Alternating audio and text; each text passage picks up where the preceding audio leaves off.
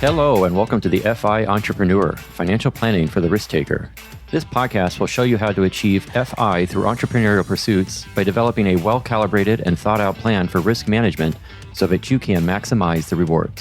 Hosted by certified financial planner, enrolled agent, and serial entrepreneur Ben Martinek, this is the FI Entrepreneur, Financial Planning for the Risk Taker. The information presented in this podcast is for educational and entertainment purposes only. None of the content is presented as investment advice. Consult your financial professional before acting on any of the information presented in this show.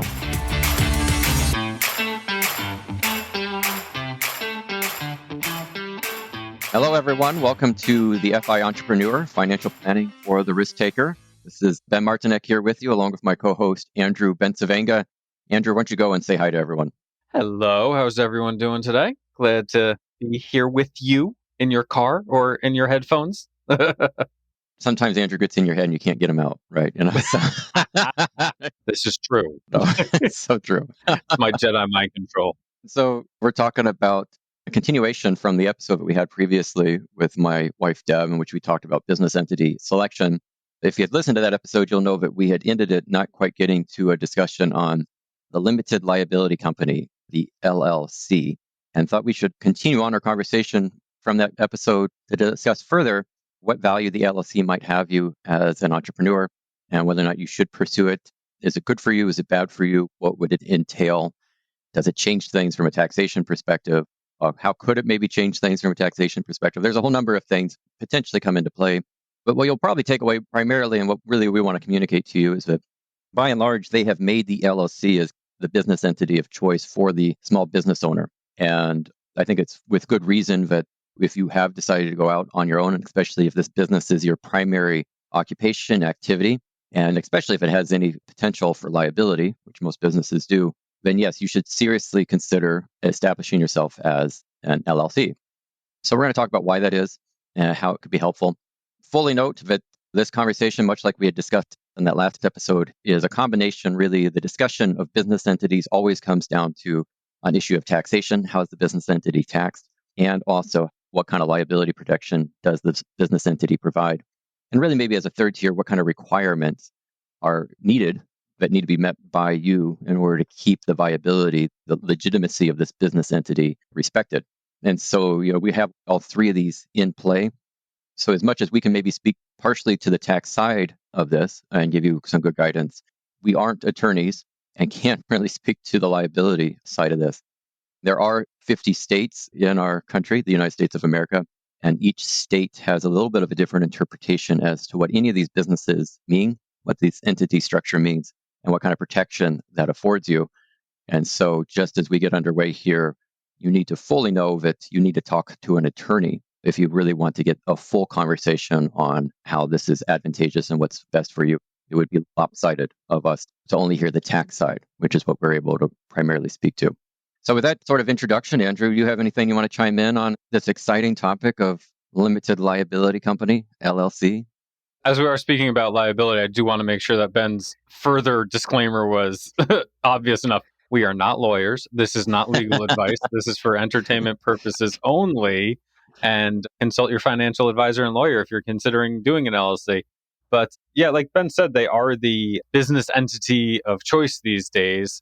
And hopefully we'll get into talking a little bit about why that is from, as Ben said, a taxation point of view and also a liability point of view, because there are some tips and tricks that we have to share with you today. And I'm looking forward to hearing more. Yeah, it should be fun. So let's get it underway then. So what exactly is an LLC? Well, not all that differently from what a corporation is. It's fundamentally a separate structure, entity from what you are individually. So as we made mention a little bit in that corporation or that prior episode about corporations, we have really maybe just even broadened that further. We have a broad spectrum here where on one end, a sole proprietor as a business entity is indistinguishable from the individual. You are one and the same thing. And, you are the business. And ultimately, you can, on the other side of the spectrum, still be very much the business, be the solo business owner, and maybe be the only practitioner, participant within your business, perhaps be the only employee in your business. Yet, by establishing yourself either as a corporation or as an LLC, you've now given distinction between yourself personally versus the business in which you're engaged in that business activity. And that separation is where we see that liability protection taking place. So why would we establish ourselves as an LLC? Well, first and foremost, it's to give some of that distinction between you versus your business activity and hopefully be able to separate these two out, much like a bulwark you would have in a ship, where if a fire or a flood were coming and you wanted to stop the damages from that, you can close the door. The whole point of this is if something bad either happens in the business or something bad happens in your personal life, we can shut the door, so to say, and we stop the flooding, we stop the fire from going from one compartment to the other compartment. So an LLC fundamentally, it's a company. It's a limited liability company. It's a separate entity. Now, how would that be advantageous for you as a business owner? The real advantage, especially if you're a single member LLC, in that liability protection doesn't fully come into play in my mind and my understanding. And again, I'm not an attorney, but this is at least how I understand this. It doesn't fully come into play until you start to have employees as part of your business. Because we have an issue here in this business activity where if you are the sole provider, sole practitioner, only if you bring about any damages as a result of the business activity you're doing, you may have established yourself as an LLC, but you personally can still be found at fault because those damages came from you personally. The fact that you did it underneath the structure of an LLC may or may not provide protection. This is a bit of a fuzzy issue. I've even had conversations with attorneys in which it's always a little fuzzy to me. It seems to me, from what I understand, is that protection is pretty limited if you are a solo practitioner and you have done something personally, out of your own actions that has caused damages to someone else. You are still pretty much largely liable for those, and the LLC is not going to do much to protect you. I have had conversations with attorneys in which they say there is some protection there. I suppose this is where you need to talk to an attorney to flesh this out further because it's not fully clear in my mind just to what extent that protection is provided. But once you expand this out and you now have employees as part of your business, so you're a solo entrepreneur, you own your company 100%, you have all the shares belong to you, you have no other people under working with you or working alongside you. If that person, that employee, is the one who does something wrong and causes damages, you didn't do it directly. This is where the LLC really becomes advantageous because if you can have employees as a sole proprietorship and you can have employees as a single member LLC, in the former, under a sole proprietorship, if your employee does something wrong, there is no protection there. You personally are just as liable. What I mean, you personally, I mean your assets, your personal belongings, your house, what money you might have in other investments, is just as liable for damages caused by that employee as anything else, as if you had done it yourself. Whereas if we now have this LLC in place and the employee has done something that causes damages, that LLC structure stops the damages to just being pertained within the business. But it also works both ways too. If you personally are engaged in an activity and have caused damages, let's say you're in an auto accident, completely non-related on personal time, not related to the business, and those damages are caused, the fact that you have an LLC there also keeps them from going after the assets that you may or may not have within the business. And so you have a wall between your personal belongings and your business belongings. And that's not as important, probably still worth pursuing, but not as important if no employees are in place. Without question, it's worth pursuing if you now have employees and there's the potential that they could do some sort of damages to other people in their business activity. Yes, I mean, without question, you need to have business entity. You need to have this LLC structure. What do you think, Andrew? I know I was a little bit on my soapbox there, but did that make sense? I followed like 90%. 90. I think that's pretty good, right? If you're, a good 90 student. I'm sorry, man. I never settled for B pluses in my life. Is that a B I plus? got to do better. I thought that was an A minus. I think you touched on a lot of really important parts there. We're going to give you a chance to catch your breath and have a sip of water. So the first is definitely the idea of when does the liability protection of the LLC come into play? And most people, I think lay people, myself included, prior to talking to you and hearing about this kind of thing, was that they think, oh yeah, I'm going to open an LLC, I'm protected. And most of them are solo business owners. And as far as we understand, again, we're not lawyers, but as far as we understand, if you are a solo business owner with an LLC, you are not as protected as you think you are. And probably in order to have the kind of protection that you really would want out of an LLC, you really still need errors and omission insurance, malpractice insurance, depending on what kind of business you have, you really still have to make sure that you protect yourself, right? As Ben said, when you have employees, the LLC really does also protect you from their actions because now they are a part of the business and you're not going to have as much responsibility for their actions. One of the other things that Ben talked about, which I think is really important to highlight as well, is this idea of maintaining the wall between the personal and the business assets and protecting that liability protection, whatever liability protection is there. And so, could you tell a little bit more about how to keep that wall there, if that was the direction that you'd like to go in? I want to follow up on one of your points, which is an important one. The business entity in and of itself is helpful to some degree, especially with an LLC. It's a little debatable as to just how much protection it gets because LLCs are relatively new in this space and much of legal matters is determined by court precedent and prior court cases. And LLCs haven't really only been on the scene since the late 1900s. So I think 1970s and 80s is when they became official and really didn't start to receive widespread acceptance until more the late 1990s, early 2000s. So if you believe it, LLCs are really kind of the new kid on the block.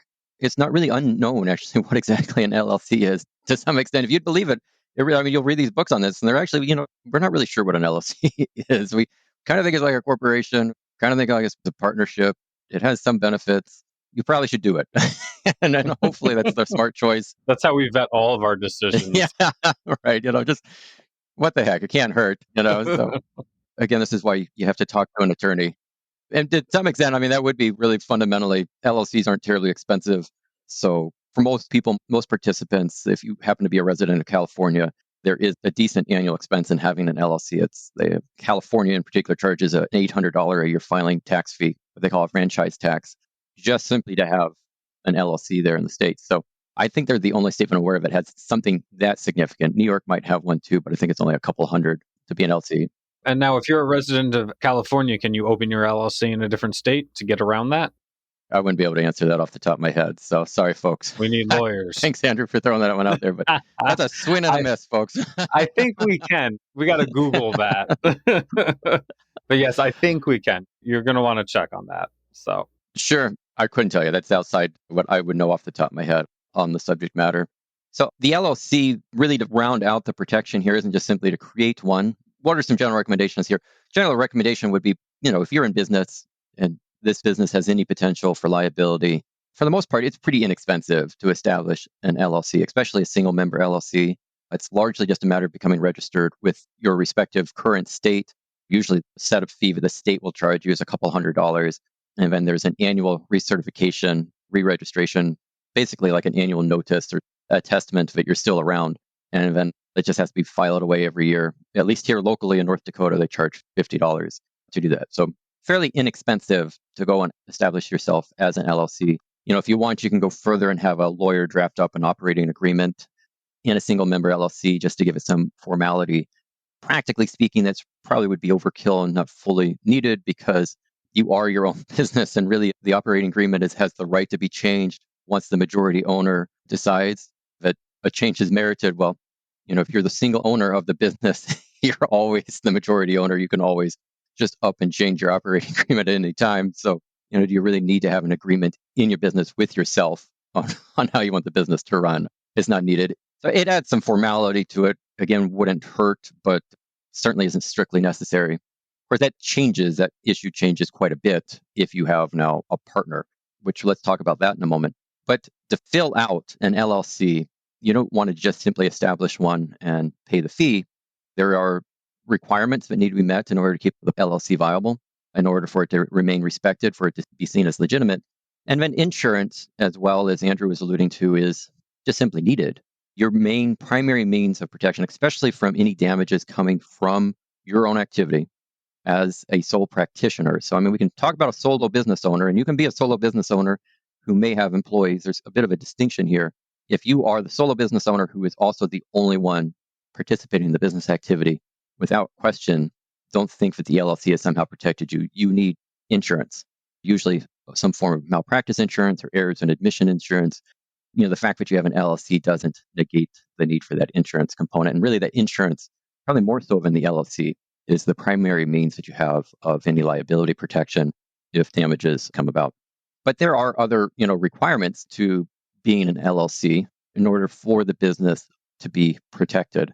Some of the simplicity that an LLC offers that you don't have within a corporation is you do in a corporation, even if you are the only owner and the only employee of that corporation, need to have bylaws in place. You need to have quarterly or annual meetings with yourself, crazy as it sounds, with minutes, with recordings, with filings, with statements.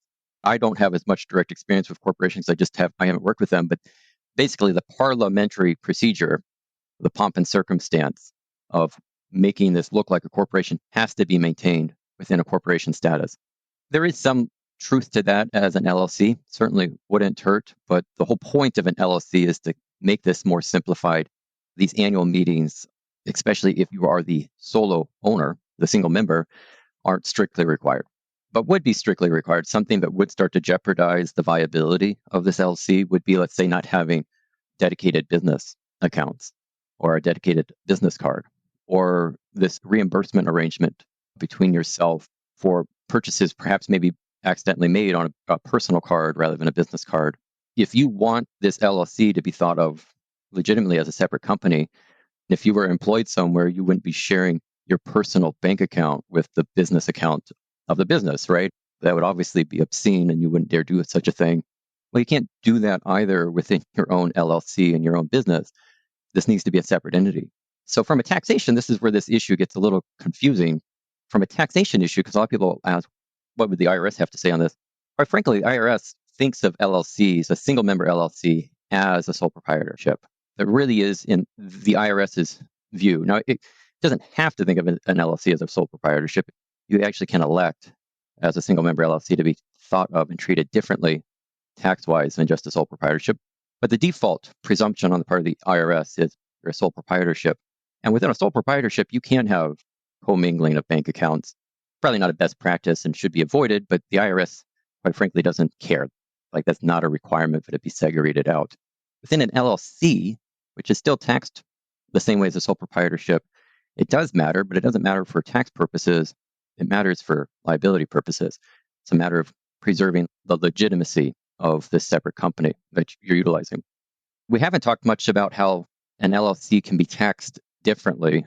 It's a bit of a chameleon of business entities and fun in this regard because an LLC really has the choice to kind of be taxed in any which way it wants to be taxed. And I'd love to talk about in a moment here the value or the benefits of perhaps electing to be taxed as an S corporation rather than as a sole proprietorship. Or technically, the term isn't a sole proprietorship within the IRS. It's taxed as what's called a disregarded entity, is how it's seen. It's by default, it's a sole proprietorship, but I suppose they want to call it a disregarded entity is more the technical term. Andrew, what do you have to say to all this? I mean, as an LLC, are you convinced? Are you ready to go and start up your own LLC for your outside business activities? I already have, didn't you know? Oh, no, we got to get this disclosed. The empire is growing under your nose. Yeah. Yeah. Well, the thing that that I was really keying in on there was how the different taxation does work, right? Like I'm making money. Let's pretend that I am a single member LLC and I'm making money. How do I make the election? Everyone always says, oh, I can be taxed as a sole proprietorship. I can be taxed as an S Corp. How does that even work? Am I sending paperwork to the IRS? And then when I do make that election, where do those, funds, the income, the expenses, where does that get reported? And how does that wind up, I would assume, eventually on my tax return? Right. Those are all good questions. So let's just talk about the taxation of a single member LLC and how that works. We talked about this some on the last episode. If you're a partnership or a corporation, whether it's a C Corp or an S Corp, each of those has their own dedicated tax filing, which means you will have to pay to have a completely separate filing done apart from your individual filings, representative specific to those business entities. But since a sole proprietorship fundamentally is one and the same as the individual, you have what's called a Schedule C on your individual taxes under your Form 1040, in which any income associated with that sole proprietorship is reported there. And since in the eyes of the IRS, an LLC, at least a single member LLC by default, is seen as a disregarded entity, unless you elected to be treated differently, which you have that right, and we can talk about that in a moment, unless you elect for it to be treated other than as a disregarded entity, the IRS basically says you don't need to go on. There isn't a dedicated tax filing on the federal level specific for the LLC. Now, that's not necessarily true on the state level, something just to be worthwhile. Like in California in particular, there is actually a dedicated LLC filing apart from the personal filing that you would also have. So it's, fun stuff there.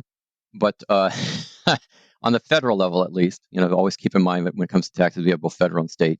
On the federal level, there is really no distinction to the LLC in terms of its taxation. You would just report and handle all income of the LLC on that Schedule C, just as if it was a sole proprietorship. Now, many times you have what's called an EIN, an employer identification number, that has to be submitted through a form SS4, in which you file this with the IRS, basically let them know that you're this business entity, you specify what type of business entity it is, and then the IRS into this application designates a specific tax ID number to your business, very much like a social security number being assigned to you as an individual. And so that's how the IRS tracks and knows what's taking place within this business activity. And you can ultimately file for this EIN even as a sole proprietorship, even though technically you're indistinguishable. The reasons why you would maybe file for an EIN for the IRS isn't so much to give attention to your business as being distinctive, because it's not. You truly actually many times would just use your own social security number on that Schedule C. But even with an LLC, if you have no employees, there's no need to establish or have an EIN, because again, in the eyes of the IRS, you're still a sole proprietorship and there isn't anything specifically distinctive about this disregarded single member LLC. But for the purposes of tracking payroll, once you have employees, you are required to have an EIN. I mean, this is true even if you have, let's say, household help and you are now an employer who's hired out a nanny and you have, I don't know, a nanny or gardener working for you. You have to establish and create an EIN, because in those arrangements, this person is your employee and you're paying them on payroll. In order to track for payroll purposes what this is, you go and get yourself an EIN.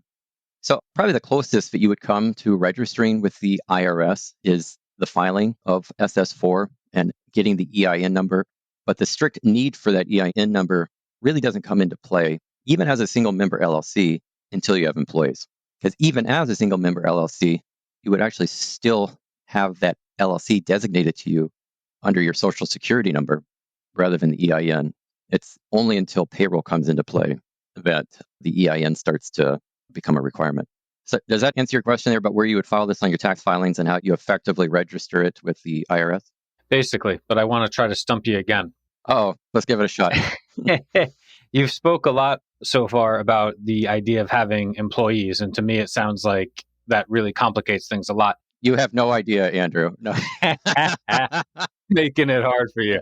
Yes, So would that apply? Is it only if you've got W-2 employees, if I'm issuing W-2s to people, or would it also imply if I was issuing 1099 forms to people? Like if I'm paying someone as a W-2 employee, or if I'm paying someone as a 1099 contractor or a freelancer, is it viewed the same? Or are we still in the same kind of pot of, or ball of wax, pot of soup? No, those are fundamentally two different things, and the IRS sees them as different. Ultimately, the distinction between whether or not you're an employee or an independent contractor is a pretty big distinction and an important one. So you are only ever a W-2 employee. It's not possible to be, let's say, a W-2 independent. To be a 1099 employee. Yeah. No, it doesn't happen. I mean, in fact, it would be really a big mistake to start thinking of an independent contractor as an employee in any way, because almost suggesting or thinking of them as an employee starts to almost make them as such, quite honestly, in terms of the test rules. Gets you in trouble. Yeah, so don't. An independent contractor really is, it's almost like someone you would pay to come out to paint your house or something. You don't have any connection. Maybe this might be easier to understand if we think of household employees. If you have someone who's under your care and obligation, perhaps imagine that you have a large estate. This is where maybe, let's say, a butler or a maid, and this person is directly associated with the care of your home, and they even go so far as to be living with you. This person really under this notion of care is an employee. Whereas, let's say I hired someone out who I don't have any direct connection with or relationship with. I just need my house painted, and they seem like someone who could do a fine job. And so I say, hey, can you paint my house? And we agree on something. That's an independent contractor. And so as you hire people for your business, you can hire them out either in this capacity of an employee, which by definition designates this notion of care on your part as the employer to the employee. We have to respect and honor and know what the relationship is. And from a taxation issue, a few things change versus another situation, which, maybe at best they're just an acquaintance or, some fell out on the street who you've hired to do a job. We have this notion of an independent contractor. If you hire out independent contractors for your business, those aren't employees. And in that arrangement, there is no need for you to have an EIN. It probably wouldn't hurt to have an EIN at that point because you do have to still file a Form 1099 NEC. And that, what's being supplied on that form will be your social security number, which now that I'm thinking about this out loud, I think technically you would still probably have your social security number regardless. I'd have to look. So getting an EIN is a good idea. I was hoping maybe you could disguise the need. And is there a big cost on that? For getting the EIN, if you pay someone to do it for you, there will be some costs there. But in terms of doing it with the IRS doesn't charge you anything to file an EIN, and there's no maintenance or upkeep fee. So that's all good. So we got to talking some here about an LLC and establishing yourself as an LLC, being a single member versus we haven't really got into the notion of being a multiple member. And we were actually hoping maybe to talk about electing to be taxed differently, not as a disregarded entity, but being taxed as a corporation, whether that's a C Corp or an S Corp. We'll have to save it for another episode to talk about potentially the advantages of establishing yourself as a single member LLC, but electing to be taxed as an S Corp, I think, for a future episode, because there are some particular potential tax savings to be had in that election that would make it advantageous. It's a good teaser for the next episode. Yeah, it would make you, what's kind of fun, it would make you an employee to your own business. And so now you are being hired out when you elect to be treated like an S Corp. And hopefully you're not going to fire yourself. Yeah, that's right. What if you don't hold up to your own standards, Say you put someone on probation or, how does that work, Andrew? I look at the mirror every evening and I wonder if I failed my own standards. Oh man, should I be keeping this guy around or not? He's on a short rope. Andrew, we're going to give you another chance tomorrow. Oh man, this is like having your own operating agreement, right? I don't know. I need to keep myself accountable. There is a huge amount of information in this episode and a lot more to go into. Do you happen to have any resources that you might want to share with anyone that's interested in? I know you got a big bunch of books in your house. So you got any books that you want to share with people? If you are looking for an inexpensive option to research and look into this more, Nolo, Nolo, you'll find them online. I think it's just nolo.com. It has a whole large list of books, very user-friendly, approachable for reading into this matter, at least as a further introduction. And they do have a number of books specific to the single member LLC or establishing quickly creating an LLC or just more broadly speaking, an operating manual for your LLC. So I personally own each of those books. They're all quite worth the cost. They're not all that expensive. And so if you want just to get some more general knowledge on this information, certainly consider reaching out to Nolo and picking up some of those books. But at the end of the day, the distinction here of this business entity is both an accounting and a legal issue. And especially depending on the nature of your enterprise, the more liability prone it is, the more likely that someone would have reason, but you could either be a source of damages to another or, there would be cause for lawsuit. I mean, without question, you need to be consulting with an attorney to help give clarity and making sure that you have the right business entity for liability purposes set up. We don't want you to work so hard. If we're seeking FI, it's part of the nature of this podcast, and putting money towards these goals to only have it all lost due to perhaps maybe just an innocent mistake. But, the legal system doesn't really allow or doesn't think of innocent mistakes. If damages were done, damages were done. And, you can only lose it all. So you need to consult with an attorney as part of any conversation in this matter. So as we close things out, Andrew, do you have anything else that you want to say to the fine folks listening? No, I'm good. I'm going to prepare a quote next time. I feel like I got caught on the back foot on that one. Oh, man, that's all right. Yeah, You've done such a good job. Well, thank you. I appreciate that, good man. So, okay, well, folks, until next time, we'll probably continue on our conversation to talk a little bit about an S Corp and how that can be a source of tax savings while still being an LLC. That's a fun arrangement. Should you choose to elect to be an S Corporation as part of your considerations, let's have that conversation when we meet again next time. Until then, we wish you the best of luck and success and good fortune as you become your own budding entrepreneurs.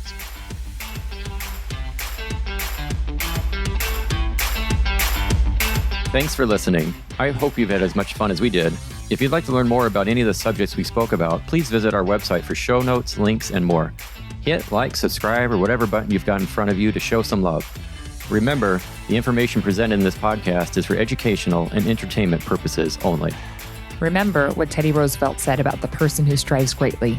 If he fails, at least he fails while daring greatly, so that his place shall never be with those cold and timid souls who neither know victory nor defeat.